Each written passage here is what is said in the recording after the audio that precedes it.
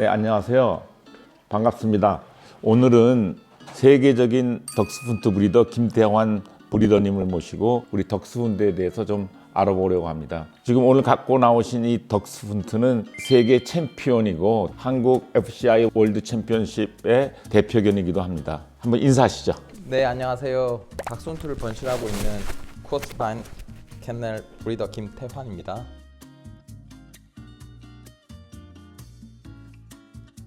우리 시청자분들이 덕스훈트에 대해서는 좀 어떤 건지 소세지처럼 길다 아니면은 뭐 이름 보니까 뭐 독일개 같다 정도만 알고 계시는데 이 견종에 대해서 알기 쉽게 좀 설명 부탁드리겠습니다. 닥스훈트는 체구가 작고 다리도 짧고 사람들이 봤을 때 우습게 생긴 강아지인데 그래도 사냥개로서는 최고의 강아지라고 생각합니다.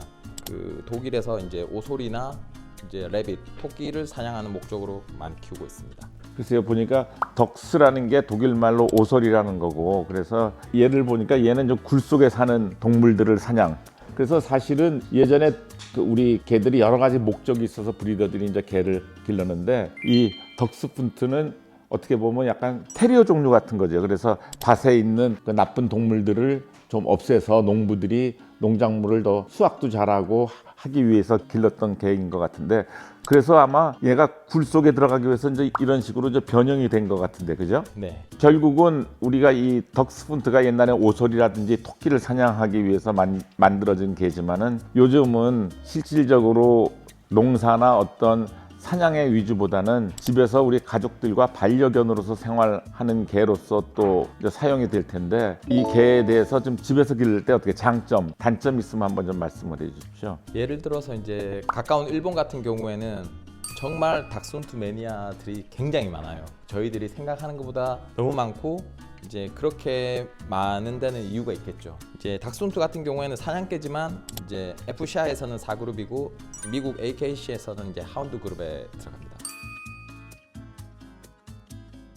하운드란 견종은 성격 자체가 좀 예민하고 센시티브하지만 한 주인을 잘 따르는 성격이라고 보시면 돼요. 근데 이제 국내에서는 사실은 뭐 악마견이다, 시끄럽다, 뭐 장난 너무 많이 친다, 많은 이야기들이 있는데 사실 그렇지는 않아요.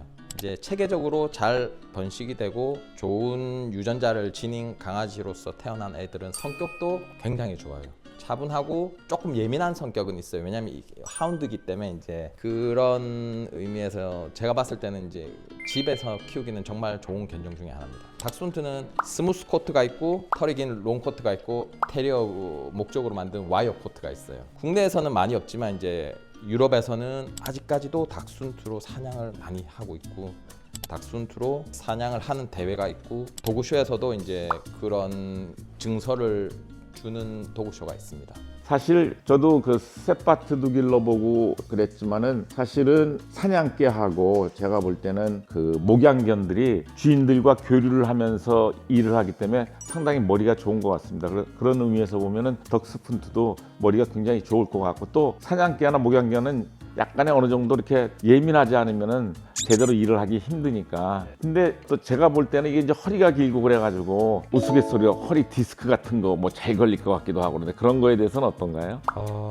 일단은 유럽에서는 닥스훈트를 사이즈를 측정을 하는 데 있어서 이제 몸무게랑 가슴 둘레를 정확하게 재는 이유는 이 강아지가 굴 속에 들어가서 일을 하기 위해서는 필요한 가슴 둘레가 있어요. 근데 지금 이제 이렇게 가슴 둘레에 대해서 이제 측정하다 보면 웨이트, 이제 몸무게가 이제 어느 정도는 따라간다고 보시면 되는데, 국내에서 키우시는 분들은 사실은 너무 그런 것을 생각을 하진 않고 이제 너무 비만으로 키우시는 것 같아요. 너무 비만으로 키우면 아무래도 허리에 무리가 많이 가겠죠. 그리고 미끄러운 바닥에서 강아지들이 많이 뛰어노니까 아무래도 디스크가 많이 오는 편입니다.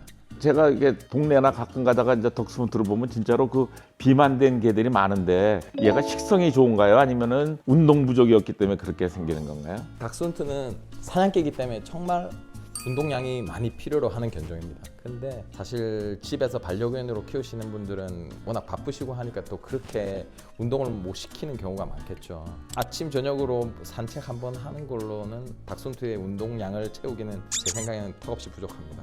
사실 이 덕스푼트가 우리나라에서 그렇게 좋은 개를 번식하기가 굉장히 힘들 텐데 어떻게 세계적인 그 개를 배출할 수 있는 비결이 무엇인지 한번 개인적으로 꼭 물어보고 싶었습니다. 제가 지금 닥스훈트라는 견종을 번식을 시작한 게 28년 됐는데, 제가 이 견종을 좋아하게 된 계기는 제가 어렸을 적에 이제 저희 아버지께서 애견 백과사전을 사주셨는데 거기서 처음 닥스훈트라는 견종을 봤어요. 그리고 이제 제가 고등학교를 졸업하고 나서 샵에서 제가 강아지를 입양을 했고 키우다 보니까 사실 문제가 많았어요. 건강적인 문제도 많았고 성격적인 문제도 많았고 사람들을 공격을 하고 물고, 그래서 이렇게 해서는 안 되겠다.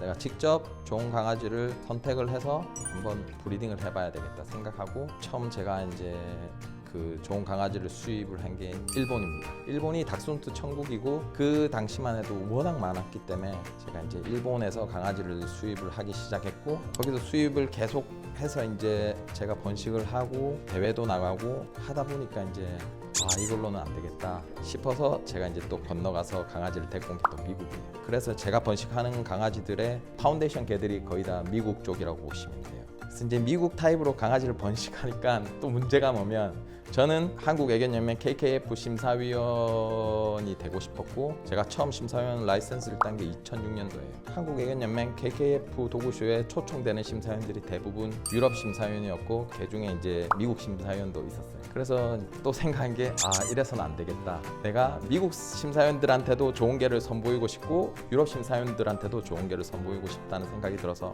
그러면 미국 AKC 기준과 FCI 기준의 중간 정도 되는 강아지를 만들어서 모든 심사위원들한테 다 인정을 받고 싶다는 생각이 들게 됐어요. 그리고 이제 유럽 친구들이랑 이제 많이 교류를 하고 유럽에서도 제가 이제 강아지를 어느 정도 수입을 하게 됐고 그래서 나만의 타입을 만들어야 되겠다 싶어서 이제 나만의 타입을 만들기 시작했습니다. 그리고 제가 성공을 거둔 게 사실은 2017년도예요. 2017년도에 우크라이나에서 이제 유러피언 쇼가 크게 열렸었는데 그때 당시에도 제가 이제 닥스훈트로 우승을 했고 그룹 1석을 했었어요.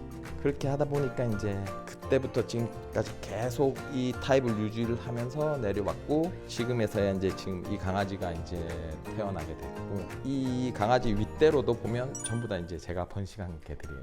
조금 전에 얘기하신 것처럼 우리 브리더님이 개를 기르는 게 한국의 그 어떻게 보면 개의 역사라고 볼 수도 있는 것 같습니다. 맨 처음에는 한국에서도 브리더들이 일본에 굉장히 많은 영향을 받았습니다. 근데 또 일본은 미국의 영향을 굉장히 많이 받았고 조금 전에도 말씀하셨지만은 견종의 표준이라고 하는 것은 그 나라에서 말하자면 덕스푼트면 독일에서 견종 표준을 만드는 거고 진돗개면 저희 기준을 만드는 겁니다. 그래서 거의 기준은 그 미국 표준이나 유럽 표준이나 95% 거의 다 똑같습니다. 근데 똑같은 것을 가지고 미국에서는 그 미국 심사위원들이 볼 때는 조금 모든 게 좀 과장되게 표현을 해요. 그래서 이를테면 잉글리시 불독 같은 경우는 굉장히 주름이 많고 늘어졌다고 하지만은 사실 영국 거보다는 미국 게 훨씬 주름도 많고 그렇고 도베르만 같은 것도 보면은 거기에 보면 목이 약간 길고 엘러건트하다고 그랬는데 미국 브리더들은 그것을 백조처럼 길게 만들어 버려서 좀 과장되게 한 게 많습니다. 그리고 뼈대 같은 거는 또 유럽 쪽이 훨씬 굵고요. 그리고 아까 계속 얘기하셨지만 우리가 샵이나 이런 데서 입양하는 것이 아니라 제가 항상 얘기하는데 브리더한테 입양을 해야 된다고 생각하는 게 우리 브리더님 머릿속에는 얘 아버지, 할아버지, 외할머니, 외할아버지 그 모든 개들이 어떤 영향을 미쳐서 이 홀릭에 들어가 있는 것을 알기 때문에 이 강아지가 어떻게 클 거고 그 다음에 어떤 유전인자가 있는데 그것이 병에 걸릴지 안 걸릴지 병에 걸리는 거면은 그 라인에서 제거하고 하는 식으로 만들어낸 개 한 마리가 아니라 28년의 그 노하우가 집착된 거라고 봅니다. 그래서 어떤 분들은 무슨 강아지 가격이 너무 비싸다 뭐 펫샵 가면은 뭐 굉장히 싸다 하지만은 그 과정을 보면은 그 가치에 이상이 있다고 저는 생각을 합니다. 우리나라 브리더들은 김태환 그 브리더처럼 저 세계적인 수준에 올라갔기 때문에 아마 지금 번식하는 개들의 대부분을 수출한다는 걸 알고 있는데 사실 저희가 이번에 이렇게 좀 훌륭하신 브리더님들을 여러분들께 소개시켜 드리려고 하는 것은 반려견을 입양하시는 분들한테 꼭 말씀드리고 싶은 것은 처음에 좋은 브리더, 좋은 개를 만나서 좀 비싸더라도 제대로 사오면은 사실 유지 비용은 펫샵이나 이런 데서 사는 데보다 훨씬 덜 듭니다. 왜냐하면 먹는 건 다 똑같지만 병도 안 걸리고 성격적으로나 굉장히 좋은 개를 만날 수 있기 때문에 저는 그것을 항상 다시 한번 여기 계신 분들한테 한번 말씀을 드리는 겁니다.